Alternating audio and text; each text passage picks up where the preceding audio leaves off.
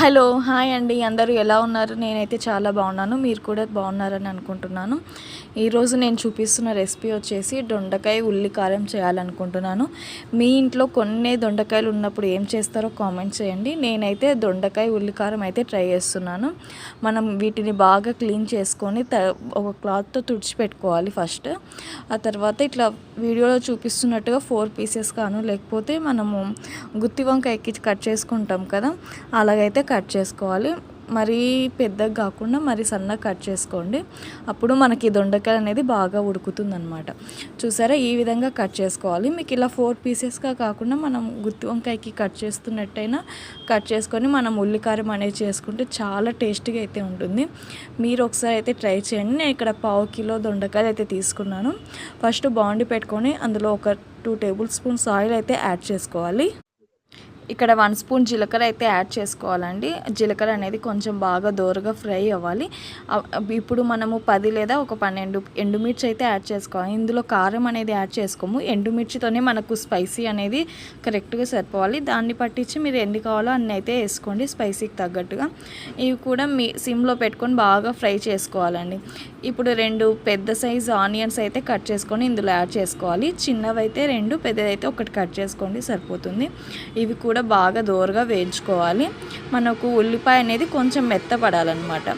ఎక్కువ మగ్గొద్దు, కొంచెం మెత్తపడే వరకు ఫ్రై చేసుకుంటే టేస్ట్ బాగుంటుంది. ఒకసారి ఇట్లా మూత పెట్టేసి మధ్యలో కలుపుతూ ఉండండి. మరి ఎక్కువ చేసుకోకుండా లైట్గా వేసుకోండి. ఇప్పుడు ఒక చిన్న నిమ్మకాయ సైజ్ అంతా చింతపండు కూడా యాడ్ చేసుకోవాలి. అది ఆప్షనల్. చింతపండు అనేది మీకు ఇష్టం ఉంటే వేసుకోండి, లేకపోతే లేదు, కానీ వేసుకుంటే టేస్ట్ బాగుంటుంది. ఒకసారి ఇలా కూడా ట్రై చేయండి.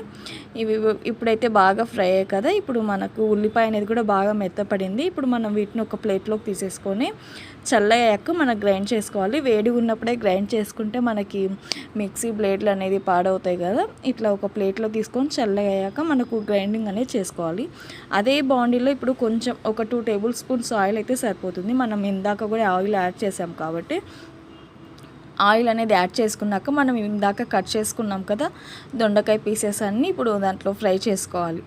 సిమ్లో పెట్టుకొని ఫ్రై చేసుకోవాలండి. బాగా దోరగా వేయించుకుంటేనే మనకి టేస్ట్ అనేది బాగుంటుంది. మీడియం ఫ్లేమ్లో కానీ సిమ్లోనే పెట్టుకోండి. మనం హై ఫ్లేమ్లో పెట్టుకుంటే టేస్ట్ అనేది అంతగా కుదరదు. సిమ్లో పెట్టుకొని బాగా ఫ్రై చేసుకోవాలి. ఇప్పుడు కొంచెం సాల్ట్ అయితే యాడ్ చేసుకోండి. ఇప్పుడు కొంచెం సాల్ట్ యాడ్ చేసుకొని మళ్ళీ మనం గ్రైండింగ్ అనేది చేసుకుంటాం కదా ఎండుమిర్చి, అవి అందులో కొంచెం సాల్ట్ యాడ్ చేసుకోండి. సాల్ట్ అనేది యాడ్ చేసుకుంటే ఇప్పుడు మనకి దొండకాయలు అనేది కొంచెం త్వరగా కుక్ అవుతాయి అన్నమాట. కొంచెం వేసుకొని యాడ్ చేసుకొని ప్లేట్ పెట్టేసుకొని మధ్య మధ్యలో కలుపుతూ ఉండండి. మనం ఫ్రై చేసుకున్నాం కదా, ఇవి కూడా చల్లగా అయిపోయి మనం మిక్సీ జార్లో అనేది వేసుకొని మిక్సీ అయితే పట్టేసుకోండి. పూర్తిగా చల్లగా అయ్యాక మిక్సీ అనేది పట్టేసుకోండి. ఇప్పుడు చూసారా, సాల్ట్ అనేది 1 స్పూన్ సాల్ట్ అనేది వేసుకొని మరి ఎక్కువ పేస్ట్ లాగా అయితే పట్టుకోవద్దండి. కొంచెం బరగ్గా, చూసారా వీడియోలో చూపిస్తున్నట్టు కొంచెం బరగ్గా అనేది పట్టేసుకోండి మిక్సీ అనేది. ఇప్పుడు ఇందులోనే ఒక 4 లేదా 5 వెల్లుల్లి రెబ్బలు అనేది యాడ్ చేసుకొని మళ్ళీ వీటిని మిక్సీ అనేది పట్టేసుకోండి. ఇక్కడ నేను పొట్టు తీయకుండానే వేసాను, అలానే వేసుకోండి. ఇప్పుడు వీటిని బరగ్గా పట్టేసుకోవాలి. చూసారా, ఇలా పర్ఫెక్ట్గా రావాలి. ఇప్పుడు మనము చూసారా, దొండకాయ అనేది కూడా బాగా కుక్ అయ్యాయి, మెత్తగా బాగా ఉడికాయి. మరి ఎక్కువగా అయితే కుక్ అవ్వద్దు, టేస్ట్ బాగుండదు. మనకు పంటి కింద తగిలితే మంచిగా ఉంటుంది కదా దొండకాయ అనేది. ఇవైతే ఫ్రై అయ్యాయి. ఇప్పుడు మనం మిక్సీ పట్టుకున్న పేస్ట్ని ఇందులో యాడ్ చేసుకొని బాగా సిమ్లో పెట్టుకొని ఫ్రై అయితే చేసుకోండి. టేస్ట్ అయితే సూపర్ ఉంటుందండి. ఒకసారి ఇలా ట్రై చేయండి. ట్రై చేసి నాకు కామెంట్ చేయండి ఎలా ఉందో. సూపర్గా ఉంటుంది. మనం చింతపండు యాడ్ చేసాం కదా, కొంచెం జిగటగా ఉంటుంది. కొంచెం మీడియంలో పెట్టుకొని ఒక 2 లేదా 3 మినిట్స్ అనేది బాగా ఫ్రై చేసుకోండి. చూసారా, ఈ విధంగా రావాలి. చాలా బాగుంటుందండి ఈ దొండకాయ ఉల్లికారం అనేది. లాస్ట్లో కొద్దిగా కొత్తిమీర యాడ్ చేసుకొని పెట్టేసుకుంటే మనకు దొండకాయ ఉల్లికారం అనేది రెడీ అయిపోతుందండి. Please like, share and subscribe అండి. చాలామంది వీడియోస్ చూస్తున్నారు కానీ సబ్స్క్రైబ్ చేసుకోవట్లేదు.